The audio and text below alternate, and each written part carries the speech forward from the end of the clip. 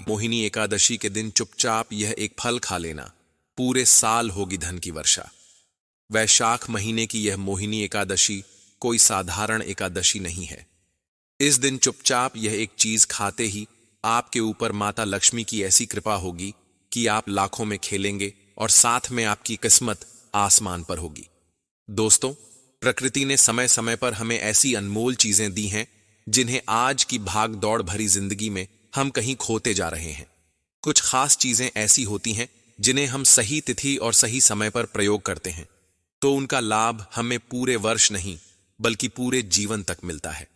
आज के इस खास वीडियो को चैनल दिव्य ज्योति के माध्यम से अंत तक देखिएगा। आज की जो जानकारी है वह सोने पर सुहागा का काम करेगी, क्योंकि यह जानकारी हाल ही में हमारे गुरुजी ने बताई है और यह बिल्कुल नई जानकारी है जो आपको कहीं और से प्राप्त नहीं होगी। इस जानकारी को जानने के लिए लोग लाखों रुपए खर्च कर देते हैं, लेकिन फिर भी उन्हें यह नहीं मिलती। तो ऐसे में यह जानकारी प्राप्त करने के लिए आप इस वीडियो को अंत तक देखें और बिल्कुल मुफ्त में हम आपको यह जानकारी देने जा रहे हैं जिससे आपकी गरीबी का अंत हो, आपके रोग और बीमारियां जड़ से समाप्त हो जाएं। दोस्तों, हमारे जीवन में जो तिथियां होती हैं, चाहे वह होली हो, दीपावली हो या एकादशी हो, वे अपने आप में खास होती हैं। वैसे ही वैशाख के पवित्र महीने में आने वाली एकादशी अति विशेष होती है और इस बार मोहिनी एकादशी अपने आप में शुभ संयोग लेकर आई है। ऐसे में यह विशेष उपाय जरूर कर लीजिएगा। लेकिन उससे पहले एक छोटा सा निवेदन है कि हम राशि अनुसार उपाय बताते हैं। अगर आप हमें अपना नाम और राशि कमेंट में लिखेंगे तो हम आपको आपका भविष्य भी बता सकते हैं। दोस्तों, सच्चे हृदय से कमेंट बॉक्स में लिख दें जय मां लक्ष्मी और इस वीडियो को लाइक जरूर कर दीजिएगा। चैनल दिव्य ज्योति को जरूर सब्सक्राइब करके रखिएगा ताकि आने वाली हर वीडियो का नोटिफिकेशन आपको प्राप्त हो। चलिए अब वीडियो में आगे बढ़ते हैं। जो जानकारी हम आपको बताने जा रहे हैं, जो उपाय बताने जा रहे हैं, उससे पहले आपको इन्हें करने की प्रक्रिया जरूर पता होनी चाहिए। यह उपाय आप एकादशी के दिन कर सकते हैं। यह बहुत ही जरूरी और चमत्कारी उपाय है। एकादशी के दिन इसे कैसे करना है, बड़े ध्यान से सुनिए। एकादशी हमारे जीवन में खास महत्व रखती है और वर्ष में 24 एकादशी तिथियां आती हैं। जब भी एकादशी तिथि वैशाख महीने में आती है तो यह अति उत्तम मानी जाती है। तो ऐसे में तुरंत यह विशेष उपाय कर लेना चाहिए। यह जानकारी आपके लिए बहुत अनमोल है। आज के वीडियो का विषय बहुत ही सुंदर है जो हम आपको बताने जा रहे हैं। अगर आपने इस एकादशी के दिन यह उपाय कर लिया तो आपके रोग और बीमारियां दूर हो जाएंगी, कष्ट दूर हो जाएंगे और सीधे माता लक्ष्मी की कृपा आपको प्राप्त होगी। लेकिन उससे पहले आप सभी को मोहिनी एकादशी के बारे में जानना जरूरी है। इस बार मोहिनी एकादशी कब है और इसकी पूजा का शुभ मुहूर्त क्या है, क्योंकि इसे सही मुहूर्त में ही आप सही से प्रयोग कर पाएंगे। मोहिनी एकादशी अति उत्तम इसलिए मानी जाती है क्योंकि जब समुद्र मंथन हुआ था उस समय देवताओं और असुरों में युद्ध छिड़ गया था।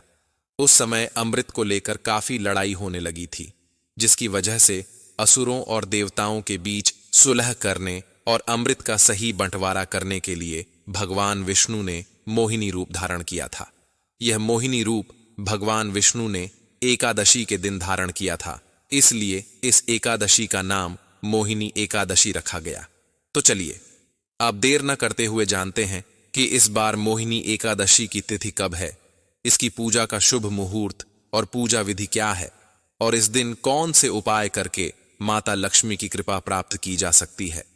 पंचांग के अनुसार इस वर्ष मोहिनी एकादशी की शुरुआत 7 मई को सुबह 10:19 पर होगी और इसका समापन 8 मई को दोपहर 12:19 पर होगा। चूंकि व्रत हमेशा उदया तिथि यानी सूर्योदय के समय की तिथि के अनुसार रखा जाता है, इसलिए इस बार मोहिनी एकादशी का व्रत 8 मई को किया जाएगा। इस दिन भगवान विष्णु के मोहिनी अवतार की पूजा की जाती है। उन्हें चंदन से तिलक लगाया जाता है और तुलसी पत्र तथा जौ अर्पित किए जाते हैं। माना जाता है कि भगवान विष्णु को पीला रंग अत्यंत प्रिय होता है, इसलिए इस दिन पीले वस्त्र धारण करना शुभ माना जाता है। एकादशी के दिन गायों को हरा चारा खिलाना पुण्यदायी माना गया है। साथ ही पूजा के उपरांत अन्न, गुड़ और अपनी सामर्थ्य के अनुसार धन का दान करने की परंपरा भी है, जो पुण्य प्रदान करती है। हालांकि इस दिन कुछ बातों का विशेष रूप से ध्यान रखना चाहिए।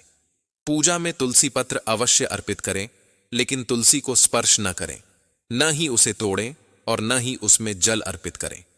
तामसिक भोजन जैसे मांस, लहसुन, प्याज और चावल का सेवन इस दिन वर्जित माना गया है।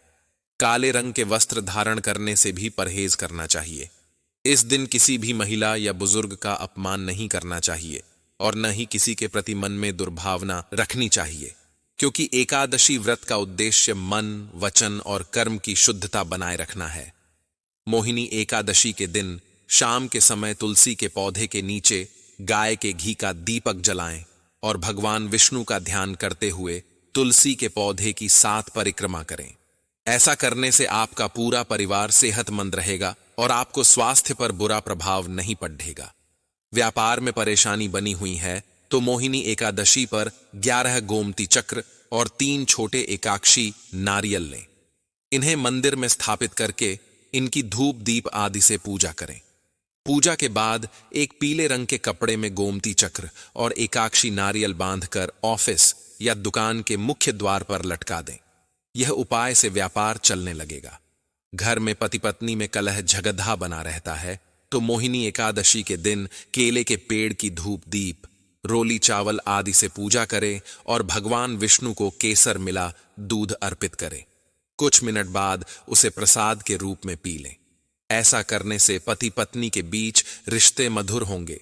किसी व्यक्ति के पास आपका कोई धन अटक गया है तो मोहिनी एकादशी के दिन एक गोमती चक्र लें और शाम के समय अंधेरा होने पर किसी वीरानी जगह में या घर के बाहर खाली जगह पर जाकर एक गड्ढा खोदें और श्री विष्णु का नाम लेते हुए गोमती चक्र उस गड्ढे में दबा दें। भगवान से प्रार्थना करें कि वह व्यक्ति आपका पैसा लौटा दे। यह उपाय से आपका काम बन जाएगा। सफलता हाथ नहीं लग रही है, धन टिक नहीं पा रहा तो इस एकादशी पर स्नान ध्यान करने के बाद भगवान विष्णु व माता लक्ष्मी की पूजा करें। पूजा के समय गाय के कच्चे दूध में तुलसी की मंजरी मिलाकर भगवान विष्णु का अभिषेक करें। यह उपाय करने से आर्थिक स्थिति में सुधार आता है। घर में कलह मची है, शांति नहीं बनी रहती तो मोहिनी एकादशी के दिन तुलसी के पौधे पर कलावा चढ़ाएं। इससे घर में नकारात्मक ऊर्जा का प्रभाव कम होता है, जिससे सुख, समृद्धि और सकारात्मक ऊर्जा का संचार होता है। नौकरी या व्यापार में अगर बहुत प्रयास के बाद भी विघ्न बाधा आ रही है तो मोहिनी एकादशी पर तुलसी के पास 11, 21 या 51 दीपक जलाकर तुलसी चालीसा का पाठ करें। मान्यता है कि ऐसा करने से बाधाएं दूर होती हैं।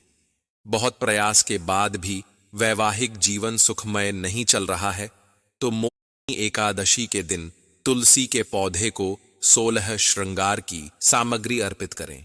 यह बहुत ही लाभकारी है। इससे वैवाहिक जीवन में खुशहाली आती है और अखंड सौभाग्य का आशीर्वाद मिलता है। अब दोस्तों, जानते हैं उसे खास चीज के बारे में जो मोहिनी एकादशी के दिन जरूर से खा लेनी चाहिए। जैसे खाने से पूरे साल धान की वर्षा होती है। परंतु उससे पहले चैनल दिव्य ज्योति को जरूर से सब्सक्राइब करें और वीडियो को लाइक शेयर जरूर करें। कमेंट में ओम नमो भगवते वासुदेवाय नमः जरूर लिखें तो बड़े ही ध्यान से सुनिएगा। बहुत ही महत्वपूर्ण जानकारी है। आज मैं आप लोगों के बीच अपने इस वीडियो के माध्यम से एक ऐसे वनस्पति के बारे में जानकारी लेकर के आया हूं जो आपके बीमारियों को चुटकियों में जड़ से समाप्त कर सकते हैं। दोस्तों, हमारे वीडियो के माध्यम से देख इस पौधे को डोट। यह हमारे लिए बहुत ही ज्यादा कीमती पौधा है। इस पौधे को पाने के लिए बड़े बड़े आयुर्वेदाचार्य देखने को तरसते हैं, क्योंकि यह पौधा बहुत ही ज्यादा कीमती एवं दुर्लभ है। यह पौधा जिसको मिल जाए समझ जाना, उसी दिन से उनकी गरीबी, निर्धनता, दुख, तकलीफ इत्यादि कष्ट सब समाप्त हो जाएंगे। दोस्तों, आइए जानते। सबसे इसका नाम तो इसे भेड़ा के नाम से जाना जाता है। इसमें भगवान ने विष्णु का वास माना जाता है और साथ साथ आयुर्वेद से भरा हुआ है।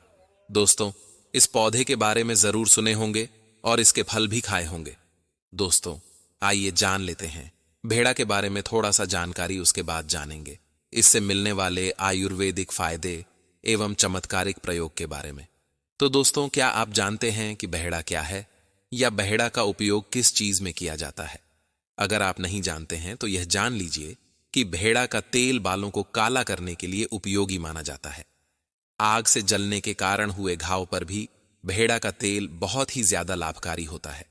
बहेड़ा वात, पित्त और कफ तीनों दोषों को दूर करता है, लेकिन इसका मुख्य प्रयोग कफ प्रधान विकारों में होता है। यह आंखों के लिए हितकारी, बालों के लिए पोषक होता है। इतना ही नहीं दोस्तों, बहेड़ा असमय बाल पकने, गला बैठने, नाक संबंधी रोग, रक्त विकार, कंठ रोग तथा हृदय रोगों में फायदेमंद होता है। बहेड़ा कीड़ों को मारने वाली औषधि है। बहेड़ा मोतियाबिंद को दूर करती है। इसकी छाल खून की कमी, पीलियां और सफेद कुष्ठ में लाभदायक है। इसके बीज कड़वे, नशा लाने वाले, अत्यधिक प्यास, उल्टी तथा दमा रोग का नाश करने वाले होते हैं। दोस्तों, मैं जानकारी विस्तार इस वीडियो में बताऊंगा, तो वीडियो पूरा अंत तक अवश्य ही देखिएगा। दोस्तों, अब आइए जान लेते हैं कि बहेड़ा क्या है, यह किस प्रकार होता है। बहेड़ा त्रिफला का एक अंग है। वसंत ऋतु में इसके पत्ते झड़ जाने के बाद इस पर तांबे के रंग के नई टहनी या शाखा निकलते हैं। गर्मी के मौसम के आगमन तक इसी टहनी या शाखा के साथ फूल खिलते हैं। वसंत के पहले तक इसके फल पक जाते हैं। बहेड़ा के फलों का छिलका कफ नाशक होता है।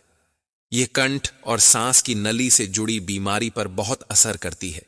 इसके बीजों की गिरी दर्द और सूजन कम करती है। दोस्तों, अब इसके बाद जानते हैं इसे अन्य भाषाओं में और किस किस नाम से जाना जाता है।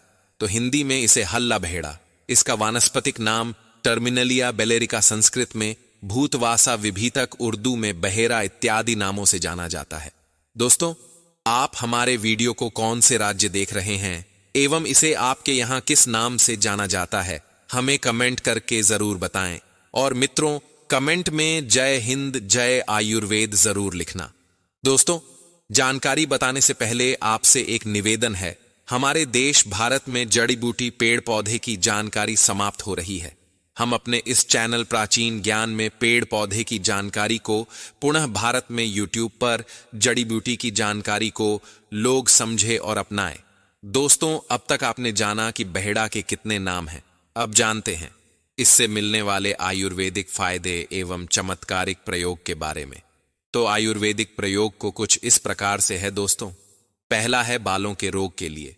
जैसे बहुत से ऐसे लोग होते हैं जिनके उम्र से पहले बाल पक जाते हैं, सफेद पड़ जाते हैं या फिर बाल टूटने लगते हैं, तो आप बहेड़ा का इस प्रकार से प्रयोग करके बाल के रोगों से छुटकारा पा सकते हैं।